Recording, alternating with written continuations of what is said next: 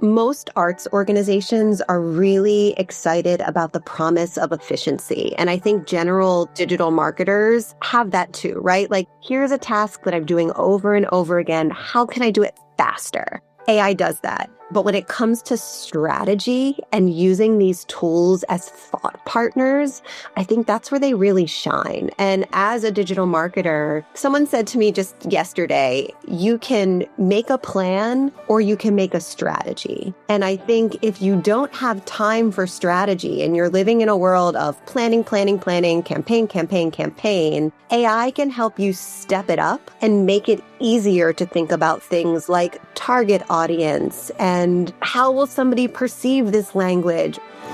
Welcome to How I Grew This, where we dive into the world of digital marketing and connect with leaders in the space about how they're scaling, evolving, and growing. All right, welcome to How I Grew This. Today, we are joined by Jen Taylor, Director of AI Strategy and Integration at Capacity Interactive. Jen has over 15 years of experience building and engaging audiences across the stage and streaming. And before joining CI, she led digital audience growth for both ad-supported and subscription streaming at A&E Networks, which is where we first met Jen. And now she's focused on helping arts and culture organizations adopt AI in a way that supports the work and amplifies human creativity. Welcome, Jen. Thank you for having me. Awesome. Well, Jen, you were over at A&E for almost 12 years. I want to dig into that for a little bit, but you are now at a really neat opportunity that I heard you say is a little bit of a dream job. So can you talk to me about how you fell into this new role and a little bit about what you're working on over there? Absolutely. At my core, I am a theater nerd, and I actually came up doing marketing for off-Broadway and Broadway shows. So that has always been my love. So when I reconnected with an old colleague who was at this agency that exclusively supported arts and culture organizations across the U.S., I was really interested in what they were doing and perhaps working with them. And then they said that they wanted to build out an AI function. And that is when my ears really perked up, because by that point, I had already dug or jumped full stream ahead. I'm going to mix all the metaphors. I jumped ahead, dove in, all of those things with AI. So when they said that they were looking to help arts and culture organizations adopt and use AI, how could I do anything but join them and go down this journey with them? Love that you found something that blended your passion and your interest in today's world. What got you interested in AI? Was that something that you were just kind of digging into in your free time or trying to stay up to date as you were navigating A&E's projects, or how did that come to be? Yeah, so while I was at A&E, I went to a marketing summit and it was all about AI. And I left the summit and went back to my office and I put together a 7 to 10 page presentation on everything that had just been talked about. And I went to the full marketing team and was like, guys, you've got to hear what I just learned. So that's when I first was like, oh, wow, this is interesting, and started being like, oh, maybe we can use it to help brainstorm. Let me assess this email that I wrote to see what my tone of voice is, and really basic stuff. Not long after that, I was at dinner with my cousins. And one of my cousins had just started this new job and she was like, yeah, I use AI every day. And I was like, I don't understand. Please show me how. And she pulled up her computer and she showed me the chat she was having and the things she was digging into.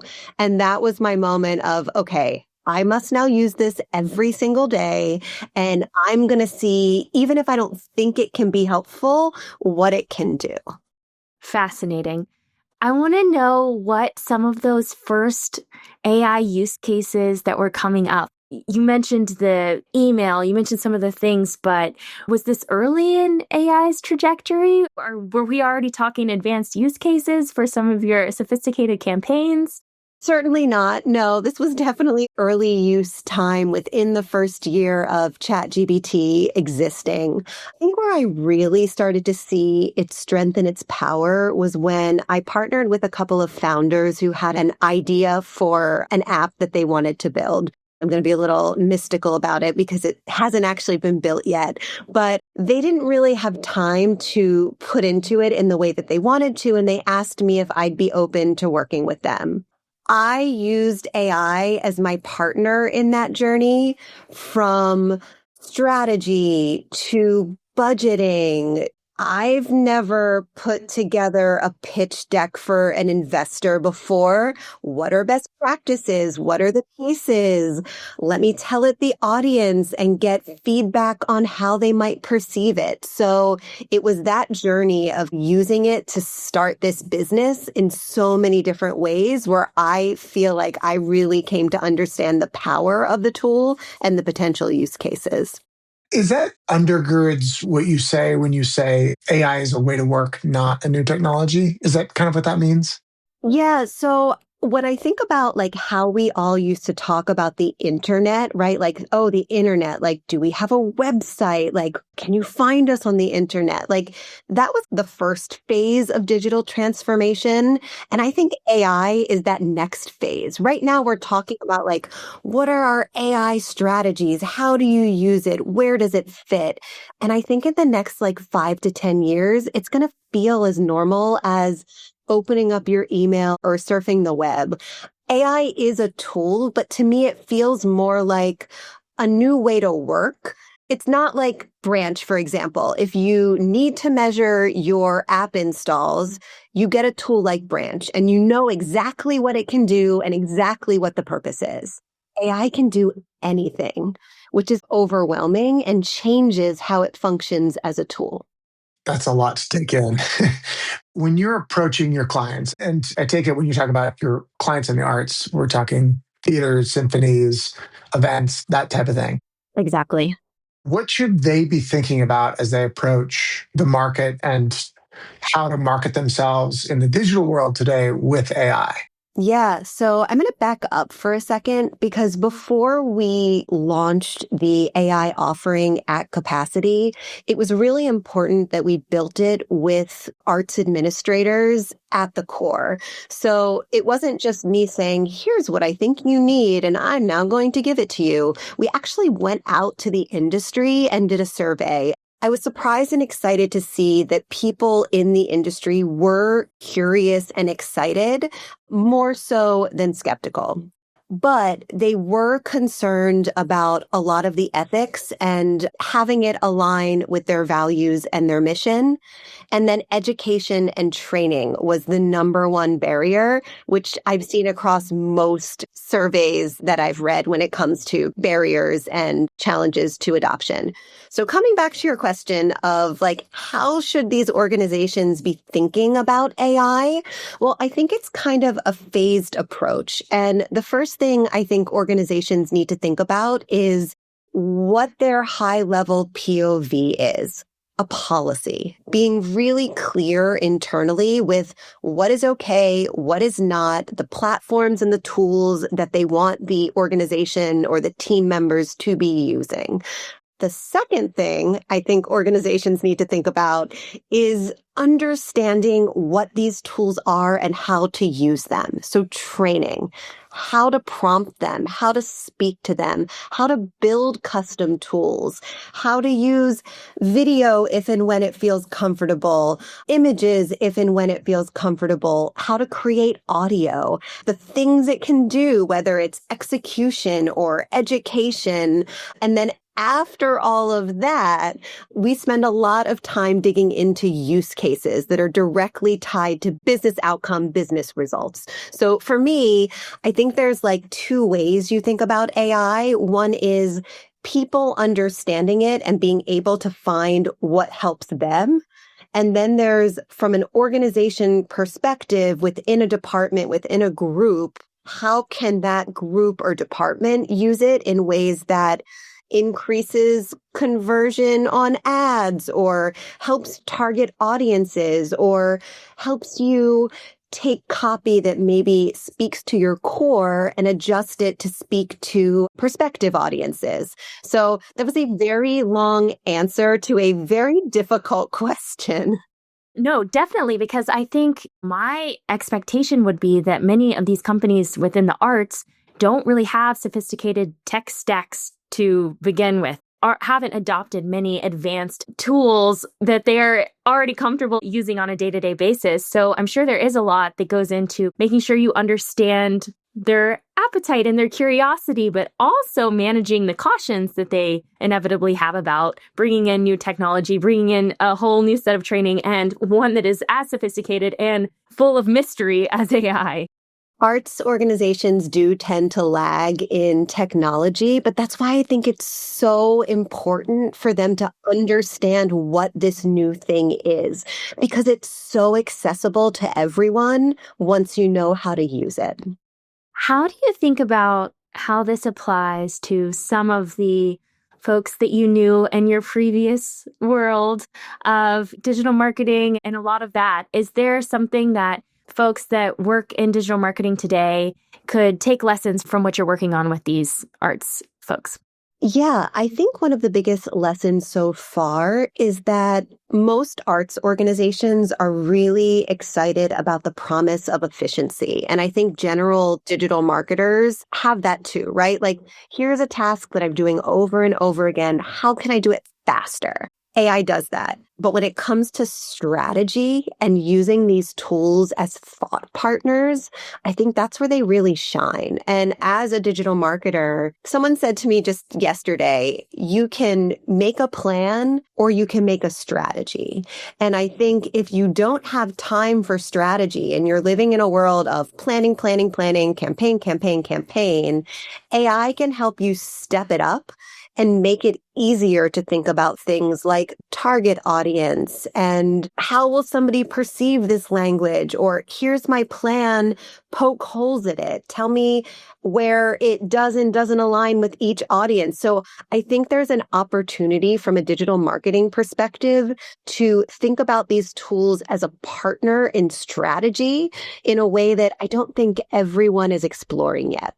So to read back what you were saying earlier is you see the kind of AI as two components within the organization, the personal assistant, for lack of a better term, personal kind of advice and workflow collaborator, and then like a team kind of department-wide collaboration efficiency engine. If I were to predict, the future is to help you get more strategic and get your head above water. What other ways do you think AI is going to continue to help us in the future? Like, what do you project AI doing better and better within organizations? Yeah, that's a great question. I think as we move forward and as the technology moves forward, I've been hearing a lot about AI only knows what you give it. The more information it has about you, about your business, the better results it can give you. So I think what we're going to start seeing is tools that can connect into more information to make it easier to get what you want out of it faster. I also haven't heard about it lately, but for a while, it felt like organizations with things like ChatGPT tasks were thinking about, rather than you going into the tool and asking for something, that it would surface things for you. So, you were looking into these 3 articles. Here's a 4th article you might find really appealing. So I think those are the two kind of directions: having more information about you and maybe surfacing things that you might not even be asking for, but it thinks might be useful or helpful. That's what I've been excited to see with tools like Branch and the likes, of figuring out how to incorporate AI into things like dashboards where, oh my gosh, like looking through dashboards, trying to find data all the time, as opposed to you having to dig, actually surfacing, hey, these are the things that you go look for on a daily basis. So we're just going to actually put that right there when you log in. So figuring out ways to just cut out all of the digging and the manual work and surfacing either the insights that are most relevant to them or what they could be curious in or suggestions. And I think that is a really neat way that it's showing up too in a variety of ways. Can I ask, without naming names, what you see people doing wrong, like incorrectly or misguided or just like spinning their wheels, that maybe our audience can learn from? Yeah, I think one thing I see a lot is people prompting poorly and then thinking that AI is bad, right? So it doesn't work. I tried it. I tried it over and over again. Yeah, I'm guilty of that. My prompts are like really lazy search, like blue sweater, and I'm mad. They're like, no, I'm talking about what it's made of. Yep. Yep. Another thing I've seen is the misconception that it's only for people at certain levels. So I found in the past when I've spoken to perhaps higher level people, they're like, oh yeah, my team needs this. And it's like, you need it too. You just don't realize yet what you can do with it and how it can help you as a leader excel. So it's not just a workflow like optimizer, it's a strategy executor, strategy, high level advice as well. That's really a good point. Yeah, every time I speak to our board, AI knows what that deck is, how the meeting went, and you would be shocked at how fast I'm able to kind of make my next board presentation, accounting for all of the historical presentations that I've given, and when I tell it, how the board responds to it. So even at a strategic level, these tools can be really helpful. And I found that I don't always know what the use case is for somebody until I sit down and talk to them and hear about what they're doing and how they're thinking and what their roadblocks are. And if they had an extra 10 hours in their week, what they would be doing with it. Those types of conversations help unlock where opportunity is. I imagine in your role to be successful, and also just because you're interested in it, that you need to stay on top of AI trends and kind of keep an eye on where things are going. What's something that keeps coming back across your desk as something that you find particularly interesting or wonder where it's going? Yeah. You mean as far as like, what are things that I'm seeing in the news or what are news sources that I really like? Oh, well, I'd love to hear sources that you really like. And then maybe any trends that you've seen pop up in those sources lately that you're particularly interested in. Yeah, so there are tons of trends all the time. I'm trying to think what some of the most recent ones that have popped up to me. There's a couple of things happening. There's an interesting trend with just how the arts and media world is adopting and feeling about AI. For example, you have Disney getting in bed with ChatGPT and suddenly Disney content being able to manipulate and make your own. And then you have people being sued for likeness and copyright infringement. And then just this week, you have artists. I'm not thinking right now of who the artists are and what the organization is, but you have a music AI company that's now licensing some really big artists. It's fascinating to me. Some of the bigger players maybe benefiting and making agreements and how that impacts everybody else. That is an example of one thing I'm seeing. I'm also really curious about what the next type of AI is. So right now we do it on our phones, we do it on the computer, but there's a lot of talk of like, will it be something on your ear? Will it be a pen? I'm going to say two things. What the AI organizations want us to engage with versus what people feel comfortable having. Like, I don't love the idea of AI all the time, just listening, but maybe I'm in the minority and maybe other people are comfortable with that. Not me personally. Where are you staying on top of those resources? I know you asked if that was my question, and I would love to get into that if you have some top resources to recommend. Yeah, the Artificial Intelligence Show podcast is one of my don't misses. Smarter X, which is a marketing research company. They're very, very smart, and I've learned a lot engaging in their mastery program and going to their conferences and listening to their podcast every week. Hard Fork is another podcast that I really, really enjoy. And then I get tons of newsletters like The Rundown and The Neuron. And then obviously just tons of people that I follow on LinkedIn and love seeing their posts and how they're thinking as well. And that's a full-time job right there. All the posts coming through and newsletters and everything. It sure is. Can be challenging. I am curious about your days back when you were over at A&E and working with Branch. What were the growth problems that you were most obsessed with solving when you take a step back and remember the days?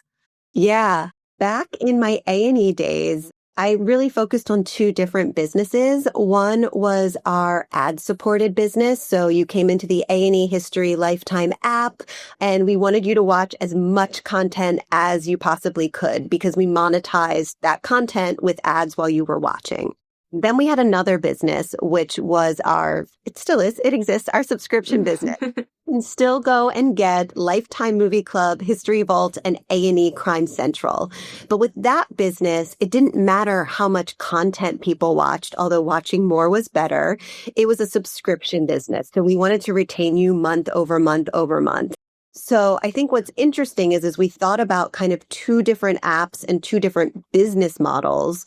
We had really different things that we needed to track and optimize media against. So for the ad-supported business, we really needed to know how much content you watched and optimize our ads to the people who watch more content.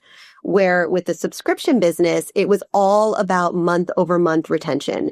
First, you started a free trial. Then you became a paying subscriber. Then you renewed from month 1 to month 2, month 2 to month 3, etc. So we used Branch to track all of these different actions in both of those businesses. And each business needed to think about success metrics really differently.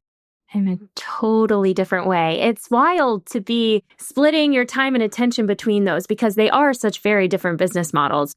What was the unifying truth between the two of how do you make sure you're successful across the board? Whether it's just focusing on having a great experience or focus on finding the moments to bring people back or whatever it may be.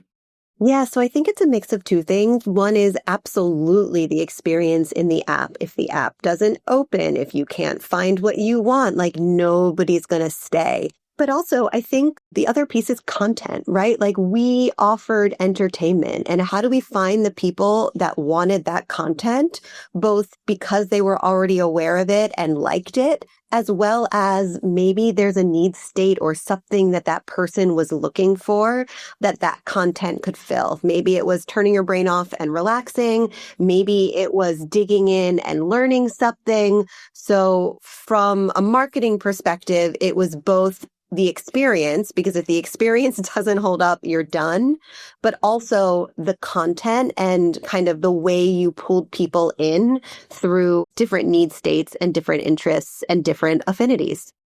How does that apply to your work today? Yeah. So when I marketed Broadway shows, it was how do we get an audience to buy a ticket to come to this experience? When I'm talking about a streaming experience, it's still entertainment. It's not in a theater, with something happening live on stage, but it is still an entertainment opportunity that you're marketing to a person. So I think my whole career has really been about explaining to audiences, inviting audiences to have these experiences, whether they're at home by themselves or with partners or families, or in a museum or in a symphony, at a ballet, again, by yourself or with family and friends. You talk about AI as workflow optimization, both individually and as a team. And now you're talking about engagement. Do you see use cases in your industry with your clients for AI, for discovery, for engagement, for personalization as well? Absolutely. Two ways. First, AI does a great job at driving consistency. So we recently worked with a symphony that had a lot of different departments putting messages out into the world, and they wanted a consistent message. So we built them a tool that understands the brand voice, the style guide, and now all of the departments, whether they use AI to help generate some of that content or write it completely themselves and just put it in for feedback, can use that tool to make sure that messaging is consistent. I think similarly, AI can really help you understand both how your audience will perceive messaging as well as who is most likely to respond to your messaging. So I actually just built a tool internally for my content team. Our content team has this theory that is valid because Meta supports it. But we believe that content is the new targeting. So when you think about marketing on Meta, you can't just say, I'm giving copy for this one target audience that we think is our target audience, because the way Meta works is it wants options and it's going to surface the messaging for the person that it thinks it will best engage with it. So you need to have messaging that speaks to different audiences. So I built our internal team a tool where they can say, okay, here are the 3 ads that we've written, and here are the 3 audiences we want to reach. And the tool will review all of that copy. It will then say, here are the additional audiences I think this copy will speak to. And then it will say, based on the copy, based on your target, based on your campaign, here are 5 other audiences I think you should consider speaking to. And then if we want it to, it can output a first draft of the messaging to that incremental audience that should and could be considered. I think it's exactly right. That's exactly what Meta says too, is that you need to diversify your messaging so we can find the appropriate next audience for you. So yeah, those are 2 examples. I could go on. Ways that like engagement can be supported by AI. I think we could talk about for 4 hours. I've got another question, which is kind of on the wrong side. So I'm an arts administrator. I'm coming to you. What are some of the biggest problems you see that I have preconceived notions on? Or like, what are the mistakes you're seeing your clients have before you engage with them? Yeah, I think it's less about mistakes that they're making and more about just not understanding what the tool can do. I think of it like a Swiss Army knife. I don't know how to use those things. And I know that you open them up and there's like 5 different tools and each tool does a different thing and each tool can be used in like 10 different ways. I think AI is like that. And if it's a tool that does one thing, like an email service provider, you're going to write and send emails. I understand what that is. AI doesn't work that way. So I think it's less of a you're doing this wrong and more of a people, until you show them use cases that directly impact their work, it's hard sometimes to know what it is and how it can actually help you. Makes a lot of sense. I have another question because obviously you're no stranger to measurement and solving measurement challenges across many different brands and channels. So I'm curious, what does good measurement look like in this AI-enabled marketing world? Oof, that's a tough question. And I don't think there's one answer to that because I think good measurement is good measurement, right? Like we have what we have, 50% of our marketing works, which 50% is it.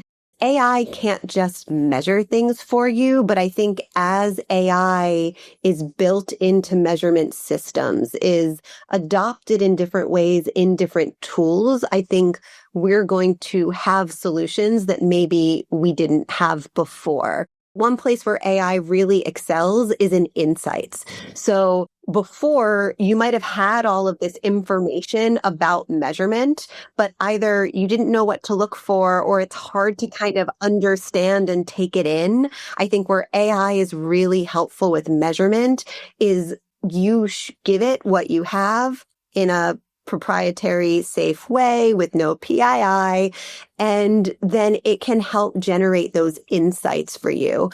I also fully believe that nobody should ever take these tools just because AI says it's true. Like if AI says this is an insight, you also need to go and validate that because at the end of the day, it is your work and you are responsible for whatever you put forward. Yeah, and that makes me actually come back to something that I know I've seen show up in a lot of your work and writings is bringing that human element to what AI is offering and what AI is bringing to the table. So talk to me about that verification that you're talking about or any other ways that you can ensure that you're not losing the humanity when applying AI to some of your use cases. Yeah, I fully believe in human-driven AI. And I think it starts at the prompt, right? I'm working with these tools and it's my brain, it's my strategy, it's my direction that's going into the prompt, that's seeing what it gives me, that's clicking all the sources, that is asking it questions and digging into kind of what I get back. And then at the end of the day, that takes whatever it is I take from it, that has my own kind of, I've read through all of this. Maybe I'm changing perspectives, that then goes forward. I do think there are places where you use it and it's going to do something for you and you're going to have an answer and you double check it. I like to make sure I can still do everything myself sometimes just to keep my brain sharp. But at the end of the day, I think as long as it is an active process, that to me feels really different than a tool that pulls sentiment from the website, writes copy, posts the copy on social, and no human ever sees it. And people are doing that. And that is a choice that they get to make. I believe that leads to more slop. And I believe that when the human is in the loop, you get better output. ChatGPT or Google Gemini? Oh, I use both. I use ChatGPT, Claude, and Gemini, and I have things that I prefer on each one. Like if I'm going to do something with images, which would never be public facing for an arts organization, brainstorming background, it's Gemini all the way.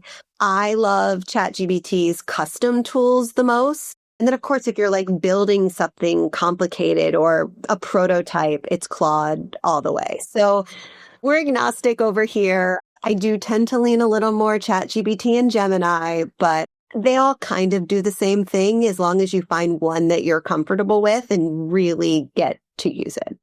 Yeah, back to the prompts matter. Yeah. And to your point, they do have their strengths. And I think that is a very well-respected way to use the variety of tools is for each of those particular use cases. So I must get into, because I too am a theater nerd and it is my first love in this world. And, looking at your career, I can't help but admire the fact that you've been able to keep the arts and this love of yours intertwined into your career and bringing it into your roles and work. So what's your advice for maybe some lovers of the entertainment and arts, or maybe it's they love sports, or maybe it's they love something completely like logistics? How do you bring your passion into your work? Yeah, I just feel so lucky that my path has been what it has been. But I would say don't give up and figure out how to mix the thing you love with a long-term career. I'm a realist. I went into college. I had a theater degree and I made myself get a business degree too, because I wanted to find the business end of theater, which I guess I've done. So I think it's really about just find what you're passionate about and find a way to incorporate that in whatever way you can, and don't give up. Talk to people who are doing the thing you want to do in the industry that you love, because building connections and building a network and also understanding what that actually means doing those jobs. Like, would I actually like that? Let's see what their day-to-day is like. Let's actually figure it out. I connect with that so much because I went into college thinking I was going to be a theater major. I'm like, I need the business, so I became a film major. So, they say to everyone in the arts, you have to want to do it more than anything else. So it applies here of just never give up and find those connections. And it's definitely an admirable career journey that you've had for sure. So thank you for sharing that wisdom. Adam, any other questions? I can't beat that. That was a great question. Jen, thank you so much for your time. The reading list is now I'm going to have like 5 more things to read every week because I'm going to subscribe to your reading list. It's a good list. Well, thank you so much for having me. It's been so great to see you again, Amanda. And Adam, lovely to chat with you as well. Thank you. So great to see you, Jen, and so happy for you and excited to continue following your career journey and what y'all continue to build out over there at CI. And yeah, great to catch up. Thank you. Thank you so much for listening.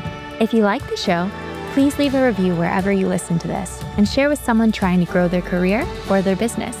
Until next time, keep growing.